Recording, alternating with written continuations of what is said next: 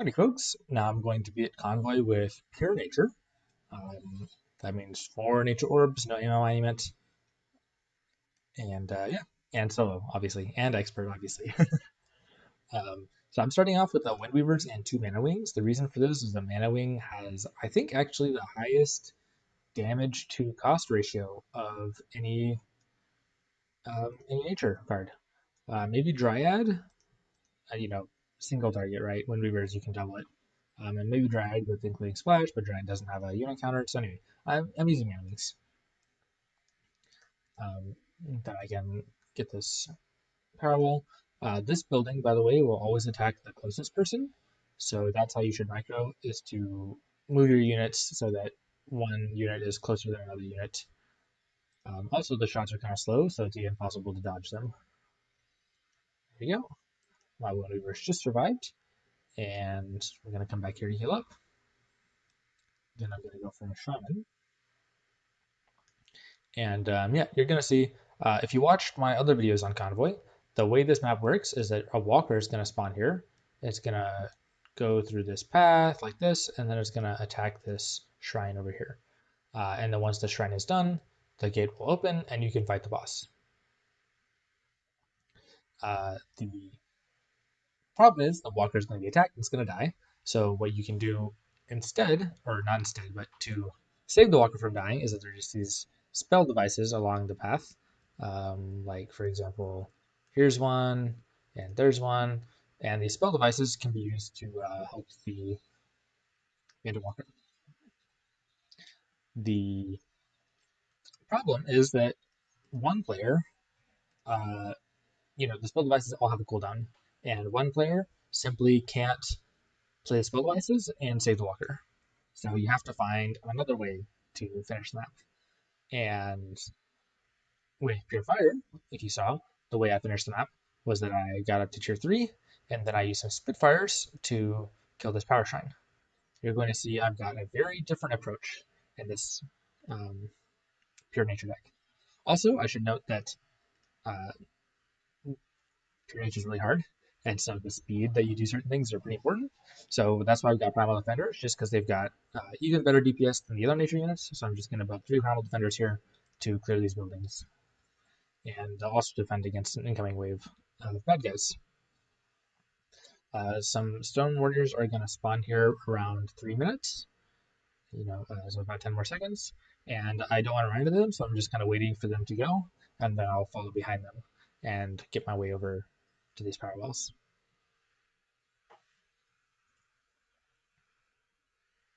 Yep, there we go. 3 minutes and 3 seconds. And then I can just kind of follow them. To really optimize the micro, it doesn't matter because the buildings clear everything anyway, but just to really optimize things, I attack with my Swift units just a little bit longer.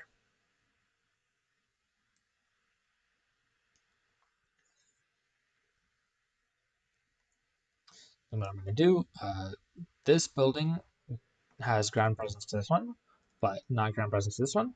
So I can just take my Wind Weavers and directly grab this power well. And my Shaman can get things healed. I grab the power well, I can run back out and heal him up with my Shaman.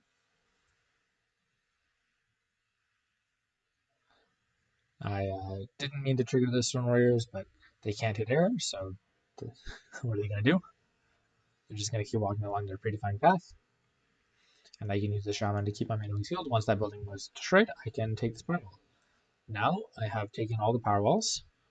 I already have ground presence, so I can take an orb over here once I have the time.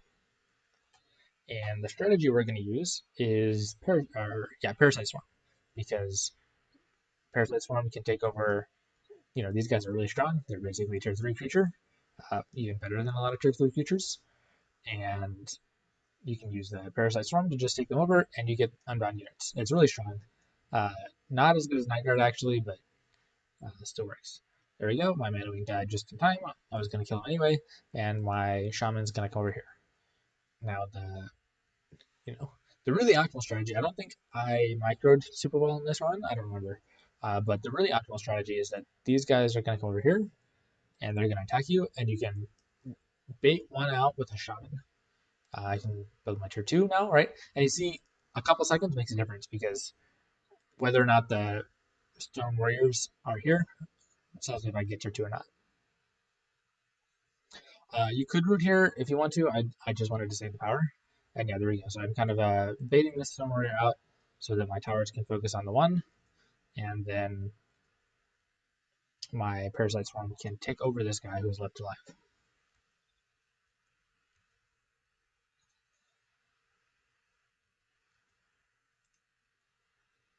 Yeah, going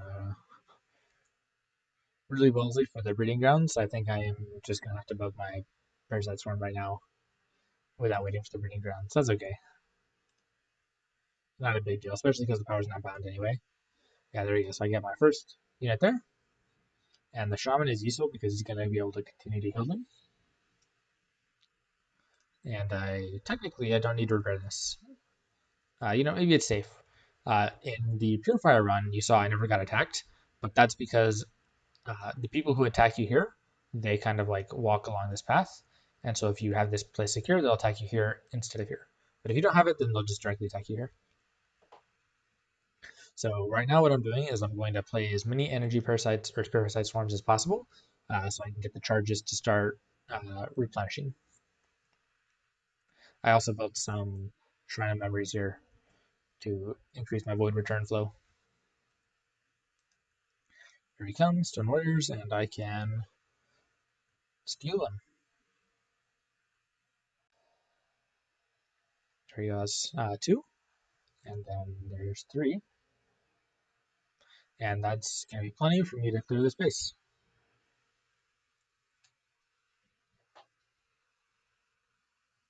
You can see how the walker's doing. And the second walker starts going right now, basically. Playing more parasite swarms. This is the cave where stone guys come out, so I'm going to kind of hover around there and wait for them to come out, and then I can steal them. And I'll have a nice big army to take the tier 3 spot. And yeah, the reason I have so much power is because basically these guys bind power, these guys don't, so they're just completely free. I build a stranglehold because guys are going to continually come out of the spot and they're going to attack here. So I don't want them to do that because I want to make sure that I keep ground control presence here. My strategy is to attempt to keep the walker alive as long as possible. So there you go. I can steal these guys too.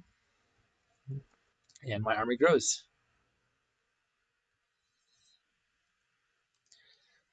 That finishes this one off. Now I've got control and I can heal if I want to. Building a bunch of living towers because that's the best pure nature has. And the strangleholds also to keep the enemies in place. And now I'm not going to try and mind control anymore. I'm going to mind control these guys, but the reinforcements that come out here, I think maybe I'll try to mind control one. Otherwise, I'm just going to leave them. And yeah, I'm not building any more parasite swarms because I am out of charges. So there you go. I can steal these guys.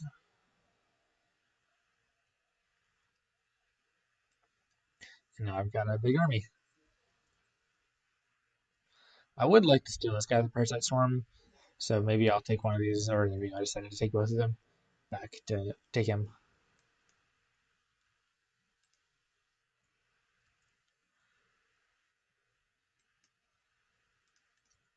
Yeah, you can see with 4 living towers and the stranglehold that can defend. Yeah, I'm just kind of waiting a little bit because I want to get this parasite swarm in time to steal him. And I built another parasite swarm, and this time, I can steal one of these guys. There we go. We got a Rage Flame 2. The nice thing about stealing these guys is, when towers take damage, they have to be manually repaired. But this guy, if he just stands near here, he'll be automatically healed, so you gotta set it and forget it. And I should be using this to heal the walker at this point because I have access to the healing, but I just kind of forgot. Yeah, Obviously, that's not ideal. I had to spend a heal to save my Parasite Swarm, but we'll come over here and we'll steal this guy. Yeah, still forgetting to use the heal.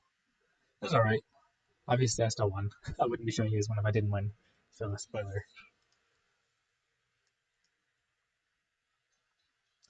There we go. I've still got the one Shaman for Ground Presence and for some slight healing. And I can go to tier 3. And so now is the point where I tell you my strategy and let you know the thing which I. Oh, yeah, there you go. There's the ticking. That lets you know that I started to use the spell device. Right? Because you can see I can use it like once per 20 seconds, and that's just not enough to keep it alive. But here's the part where I kind of lied to you, which is that I am. There are certain situations in which it is possible to keep it alive uh, when it's not normally. Um, you'd think you could play some heals or something on this guy. You can't. This guy's not affected by any of your spells. Uh, but that is a good thing because there's this card Greenpeace. So what I'm doing actually is I'm going to Enlighten plus Greenpeace, and obviously you can play an AOE anyway, but that's no fun. So Enlighten plus Greenpeace is going to prevent everybody from attacking, but it's not going to affect the Raven Walker because nothing you do will affect him, and then he'll be able to just keep attacking in peace, literally in peace. We get a Parasite Storm to steal that guy, and I'm taking this shrine because it's the Frost. Uh, there we go. Here's the Greenpeace, Enlighten plus Greenpeace. This is not sustainable because you only have 4 charges of Enlightenment. So that's why I'm coming here is I want to get the Frost node, and the Frost node, in terms of like damage saved, the Frost node is more valuable than the healing node. Of course, the Frost node and Greenpeace do kind of the same thing, and um, and the healing can actually make you gain life. So what I'm basically going to be doing is alternating between healing and freezing. Oh, also when you freeze, like units are immune against freeze for some time after. So what I'll be doing is like healing and freezing as soon as possible, alternating, and when I'm healing, I'll be playing Greenpeace if necessary. Yeah, so I'm just gonna I could try to push now if I wanted a faster time, but I'd rather just play safe, and so I'm just gonna sit here and defend this against waves. And I know I've got this defense, and so I'm just gonna concentrate on what's going on here. You see, I've got plenty of power because I've got the Shrine Memories going, so power is not going to be an issue. The issue is just going to be running out of charges of Greenpeace and alignment. There's an alignment, and the Greenpeace is coming. Also notice I have 3 charges left. The way you get charges is by killing these Stone King Warriors, and I keep taking them over instead of killing them, which is why my charges are so low. But the shrine is, around halfway. Yeah, so I decided, yeah, we'll kill him and get more charges. And yeah, the shrine is about halfway. The Walker is about halfway. So Walker's better than halfway. So we're still far on track.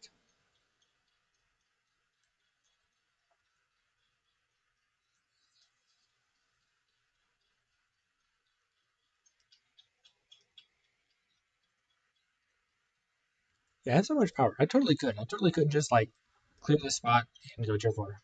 There you go. I've got the freeze. Yeah, that's a valuable freeze.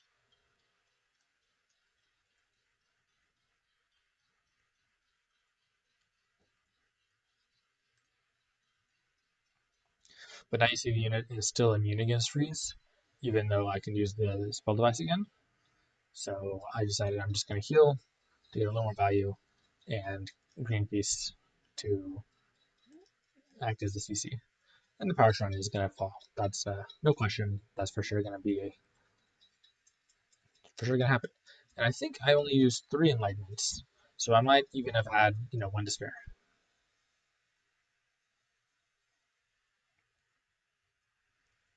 Obviously, the only reason I'm doing this way is like for fun, because I think in my mind even it's kind of lame.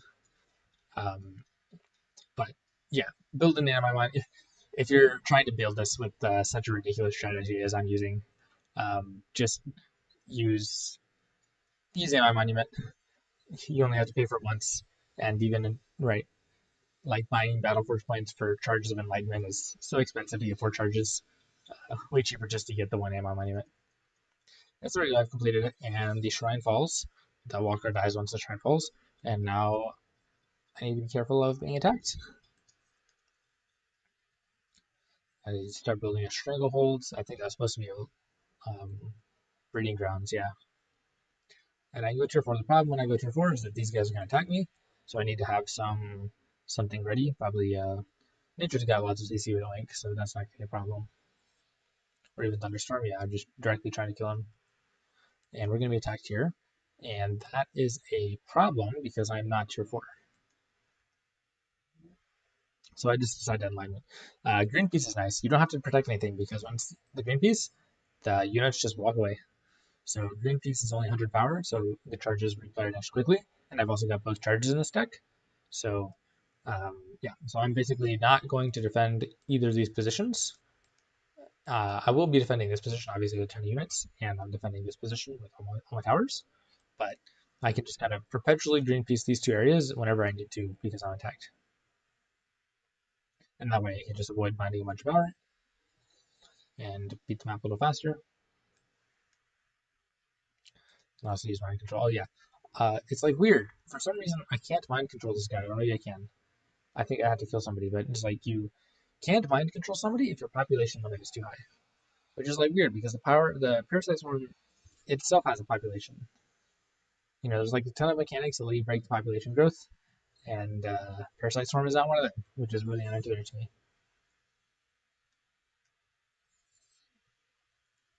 All right, there we go. Tier 4 is coming. Got my giant worm built. Now it's time to clear this position. And this position, like I showed you in the fire, you do want to have the. I don't care if bad guys retake the frost node, but I definitely want to have the fire node and then nature node for when I fight the boss, or actually for the post boss fight. Yeah, I'm gonna lose the frost node, but again, I don't care. And I've got my army of tier 3 units and some giant worms.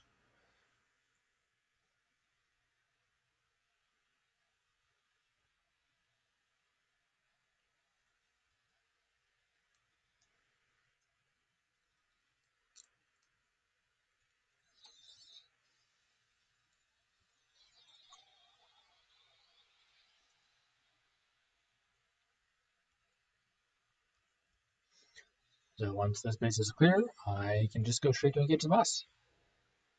So you can see actually this time is pretty good. The reason my time on this map is so good is because I have all these unbound units. So even though I killed the shrine a lot later than my purifier run, my clear speed for everything else is a lot faster. You know, I don't have to sit and clear forever with Nomad or with there's a green piece just to make them go away. Enemies are attacking here, but I can just defend them with my units. Again, man, I mean, my units are attacked. Yeah, I think this is the part where I was trying to steal them. My population was 116 when my parasite storm dies. Anyway, yeah, just build some buildings to protect my spot, and I can go into attack the boss. And another nice thing is that this actually works under units. I think I somehow didn't get ground presence, so I'm probably gonna make a reverse to go grab that ground presence. Yeah, you can like use the power nodes even on the boss fight here.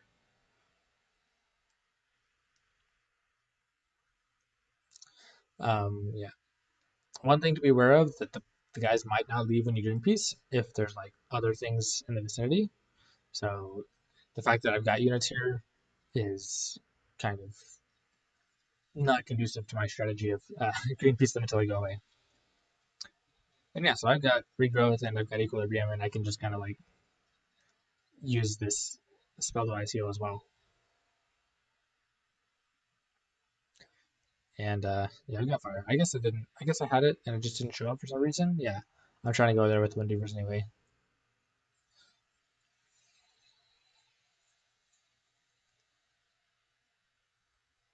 Yeah, so once this guy gets down to a pretty low health, around 10,000, I think, then he teleports over here. And again, we can start using the spell devices to finish him. Or, let's just start finishing him.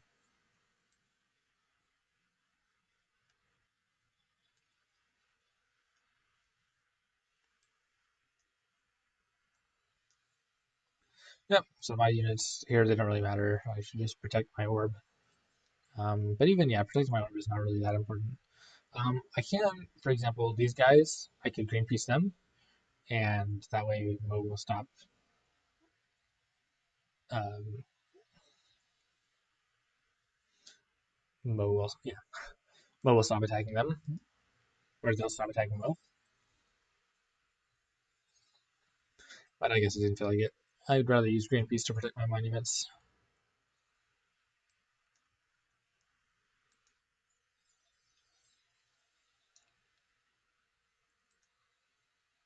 Yeah, but if I lose these, it doesn't really matter right now because it's not like pure nature is unusual because green piece is an arcane, so you don't need Grand Presence to play it. But in most cases, there's nothing you can do that will actually affect this boss fight. Yeah, there we go. I decided to just kill my units here, and that way, enemy units which come to attack me won't have an excuse. There we go. That should finish this guy. Obviously, this is not a record level time, but it gets the job done. And I really enjoy how there's a lot of micro to make this happen because you do need to be pretty precise. And the path to victory was a lot different than than we saw in the Purifier path. So that's the end of the map. Again, we're just waiting for. We don't need to wait for this text to go. Just speed up until the end. All right. So thank you for watching. I hope you enjoyed this Pure Nature replay for Convoy. Again, there should already be one out for Pure Fire. Next is going to be Pure Frost, which was brutal.